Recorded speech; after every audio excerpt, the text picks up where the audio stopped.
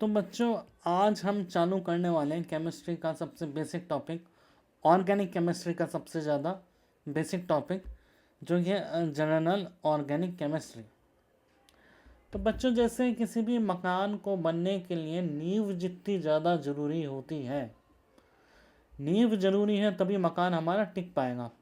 तो किसी मकान को बनने के लिए नींव जितनी ज़्यादा ज़रूरी होती है, उतना ही ज़्यादा इम्पॉर्टेंट है हमारा जनरल ऑर्गेनिक केमिस्ट्री। बिना जनरल ऑर्गेनिक केमिस्ट्री समझे हम ऑर्गेनिक केमिस्ट्री की रिएक्शंस को बिल्कुल भी प्रिडिक्ट नहीं कर पाएंगे। तो जैसे हमारे फिजिकल के लिए मोल कॉन्सेप्ट पढ़ना ज़रूरी था, उसी तरीके से ऑर्गेनिक केमिस्ट्री को पढ़ने के लिए जनरल ऑर्गेनिक केमिस्ट्री इम्पॉर्टेंट है। तो आइए बढ़ते हैं जनरल ऑर्गेनिक केमिस्ट्री की तरफ। तो जनरल ऑर्गेनिक केमिस्ट्री में हम सबसे पहले क्या पढ़ते हैं? हम पढ़ते हैं इलेक्ट्रॉनिक डिस्प्लेसमेंट इफेक्ट। इलेक्ट्रॉन कैसे डिस्प्लेस होता है, इलेक्ट्रॉनिक डिस्प्लेसमेंट इफेक्ट के बारे में हम पढ़ते हैं। इलेक्ट्रॉन हमें पता है दो एटम के बीच रहता है। इलेक्ट्रॉन जो है वो दो एटम के बीच रहता है, पर उसका डिस्प्लेसमेंट होता है, रिएक्शन बढ़ती है। कौन कौन से इफेक्ट होते हैं, ये सारा आज हम इस टॉपिक में कवर करेंगे, जो कि है general organic chemistry.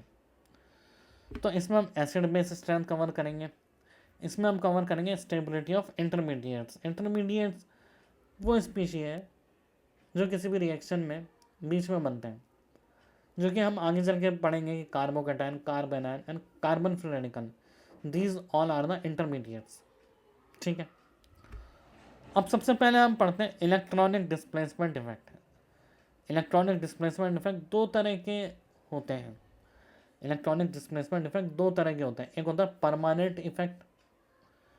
Permanent effect जो कि एक्सटर्नल किसी भी चीज़ पर डिपेंड नहीं करता, एक्सटर्नल ना सॉल्वेंट पर डिपेंड करता है ना कंडीशन पर डिपेंड करता है। और एक है टेम्परेरी इफेक्ट। टेम्परेरी इफेक्ट जो टेम्परेरी है, हमने एक्सटर्नल कुछ भी चेंज किया हो, एक्सटर्नल फैक्टर चेंज किए हो, तो वो टेम्परेरी इफेक्ट है। तो परमानेंट इफेक्ट जैसे हो गया हमारा inductive effect, resonance, hyper conjugation. इसको हम काफ़ी ज़्यादा डिटेल में देखने वाले हैं, अभी आप सिर्फ ये देखिए इसके बारे में। फिर टेम्परेरी इफेक्ट है इलेक्ट्रोमैग्नेटिक इफेक्ट एंड इंडक्टोमैग्नेटिक इफेक्ट। ठीक है, तो which do not affect by the surrounding of the molecule, वो है परमानेंट इफेक्ट। जो सराउंडिंग मॉलिक्यूल से बिल्कुल भी इफेक्ट ना हो, वो है सराउंडिंग जो है permanent effect. And which depends on the surrounding condition, जो सराउंडिंग कंडीशन पर डिपेंड है, वो है हमारा टेम्परेरी इफेक्ट। आइए चलिए बढ़ते हैं आगे। तो सबसे पहले हम बात करेंगे इंडक्टिव इफेक्ट। इंडक्टिव इफेक्ट क्या होता है बच्चों? एक कहानी तो हमने बचपन में सुनी ही होगी। क्या? एक सड़े आम को, एक अच्छे आम या सड़े एप्पल को अच्छे एप्पल्स के बीच रखा जाए तो वो इंड्यूस कर देता है, उनको भी खराब कर देता है। इसी तरीके से इंडक्टिव इफेक्ट है कि अगर कोई इलेक्ट्रॉन पुलिंग ग्रुप है या इलेक्ट्रॉन पुशिंग ग्रुप है, इलेक्ट्रॉन पुलिंग ग्रुप है या इलेक्ट्रॉन पुशिंग ग्रुप है, तो इलेक्ट्रॉन पुलिंग ग्रुप या इलेक्ट्रॉन पुशिंग ग्रुप को वो अगर रख दें हम किसी भी कार्बन चेन में, तो वो इलेक्ट्रॉन पुल करेगा पहले का एटम से ही नहीं करेगा, दूसरे एटम से, तीसरे एटम से और मैक्सिमम चौथे एटम से इलेक्ट्रॉन पुल करेगा। और इलेक्ट्रॉन पुश करने की बात करें तो पहले से भी इलेक्ट्रॉन पुश करेगा, दूसरे से, तीसरे से, चौथे से। आइए इसका मतलब समझते हैं। तो पोलैरिटी जो होती है developed in carbon carbon chain, जो कार्बन कार्बन चेन में जो पोलैरिटी डेवलप होती है due to shifting of sigma bond, due to partial shifting of sigma bond. Sigma bond के फुली शिफ्ट नहीं होता, सिग्मा बॉन्ड पार्शियली शिफ्ट होता है। As a result electronegativity difference is known as inductive effect. आइए इसको detail में समझते हैं। जैसे कोई कार्बन है, यहाँ पे हमने कोई ग्रुप लगा दिया एक्स। ठीक है, अब ये क्या करेगा, एक्स अपनी तरफ ग्रुप खींचेगा। लेट्स से इसकी इलेक्ट्रोनेगेटिविटी कार्बन से ज़्यादा है, तो ये जो पार्शियल शिफ्टिंग ऑफ इलेक्ट्रॉन होता है, यहाँ आ जाएगा डेल्टा नेगेटिव और इधर आ जाएगा हमारे पास डेल्टा पॉजिटिव। तो ये इफेक्ट डेल्टा पॉजिटिव का मतलब यहाँ पे कुछ इलेक्ट्रॉन कम हुए, अब थोड़े से इलेक्ट्रॉन यहाँ से भी कम होंगे, थोड़े से इलेक्ट्रॉन यहाँ से भी कम होंगे, थोड़े से यहाँ से भी कम होंगे। मतलब इसने इसमें इलेक्ट्रॉन डेंसिटी कम की तो इस कार्बन पे भी, इस पे भी, इस पे भी हुई। 1 2 3 4 चारों कार्बन पे इलेक्ट्रॉन डेंसिटी हमारी क्या हुई, कम हुई। इलेक्ट्रॉन डेंसिटी बच्चों क्या हुई, कम हुई। ठीक है, जैसे अगर हम देखें कि इलेक्ट्रॉन क्लाउड जो होता है दो एटम के बीच, बच्चों क्वेश्चन समझने की बात है कि इलेक्ट्रॉन क्लाउड क्यों कहते हैं हम दो एटम के बीच, जबकि दो ही इलेक्ट्रॉन है, दो इलेक्ट्रॉन मिलकर कौन सा क्लाउड बना देंगे। तो हम इसको इलेक्ट्रॉन क्लाउड इसलिए कहते हैं क्योंकि दो इलेक्ट्रॉन इस स्पेस के बीच इस तरीके से घूम रहे होते हैं कि ये एक क्लाउड की जैसे दिखता है। तो जब भी एक्स की इलेक्ट्रॉन नेगेटिविटी ज़्यादा होती है, क्लाउड थोड़ा सा इस तरफ शिफ्ट हो जाता है।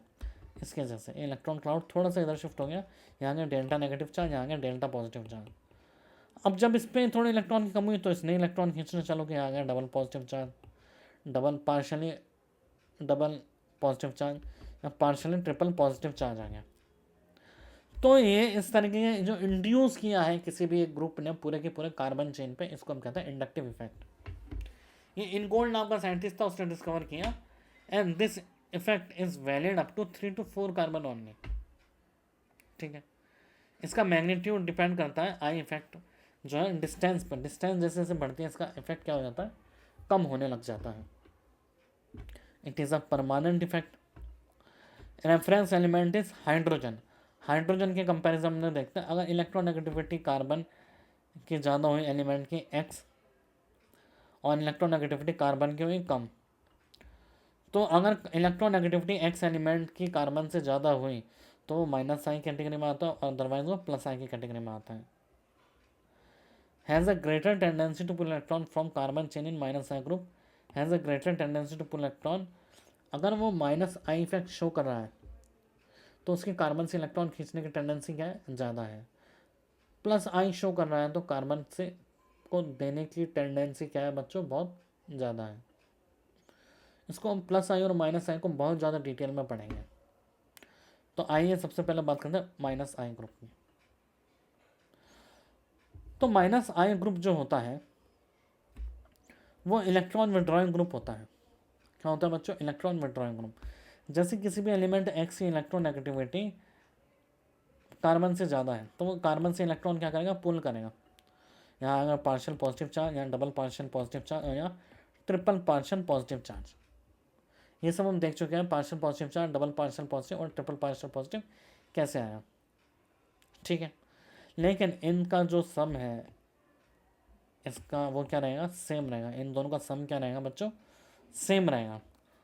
ठीक है, डेल्टा नेगेटिव की वैल्यू डेल्टा पॉजिटिव इसकी ज़्यादा होगी। तो अब हम आगे कुछ क्वेश्चन में कंपेयर करते हैं।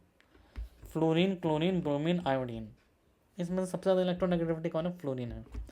OH एंड SH, ज़्यादा इलेक्ट्रोनेगेटिव कौन सा, oxygen. NH2 and PH2, electronegative ज़्यादा NH2। NH3 plus and NH2।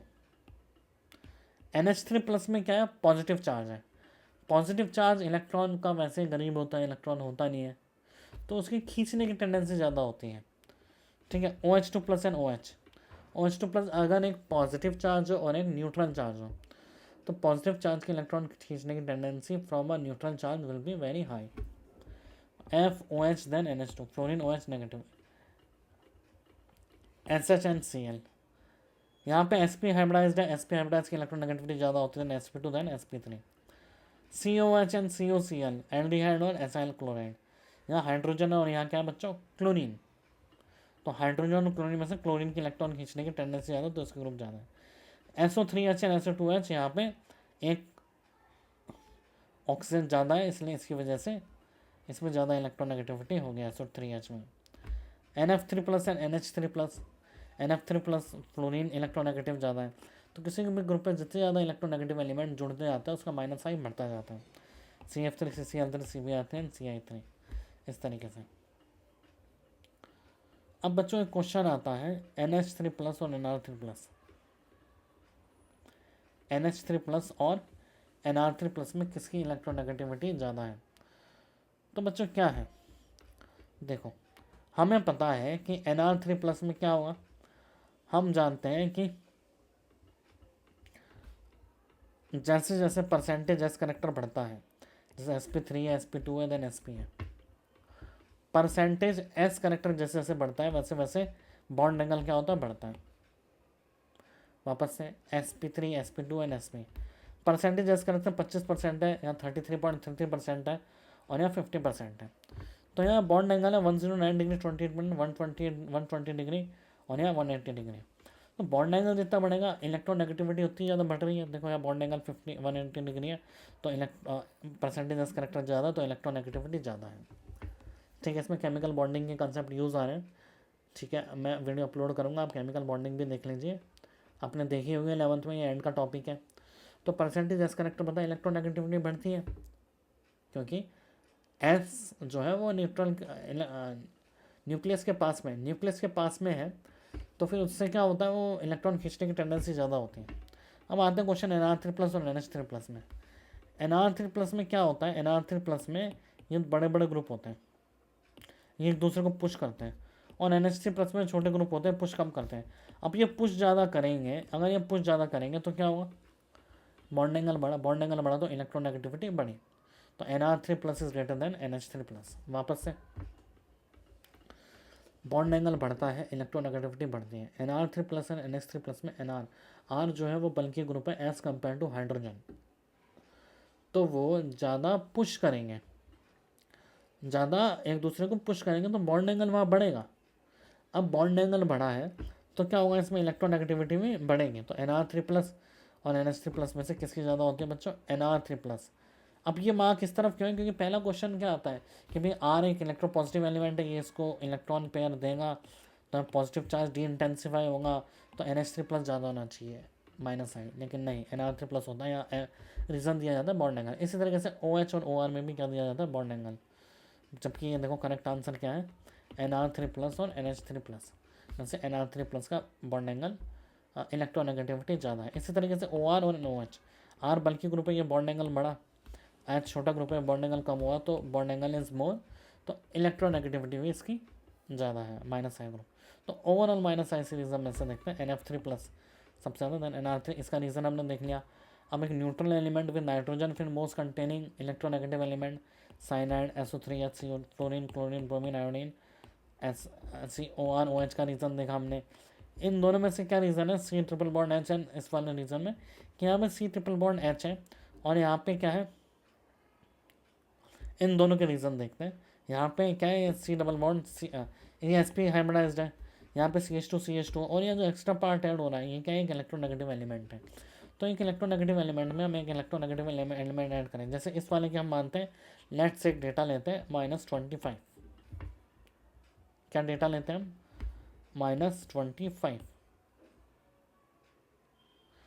तो -25 का डेटा लेंगे, इसमें -15 ऐड करेंगे, इसमें -15 ऐड किया और इसमें क्या ऐड किया, 0 ऐड किया। देखो इसमें 0 ऐड किया, तो ओवरऑल कितना हो गया, -40। मतलब इसकी इलेक्ट्रोनेगेटिविटी मान लेते हैं -25, एब्रप्ट स्केल लेते हैं, उसमें हमने ऐड किया -15, ये है -25, इसमें ऐड किया हमने 0, तो भाई माइनस ज़्यादा कौन सा हो, ये वाला हुआ, तो इसकी इलेक्ट्रोनेगेटिविटी ज़्यादा है।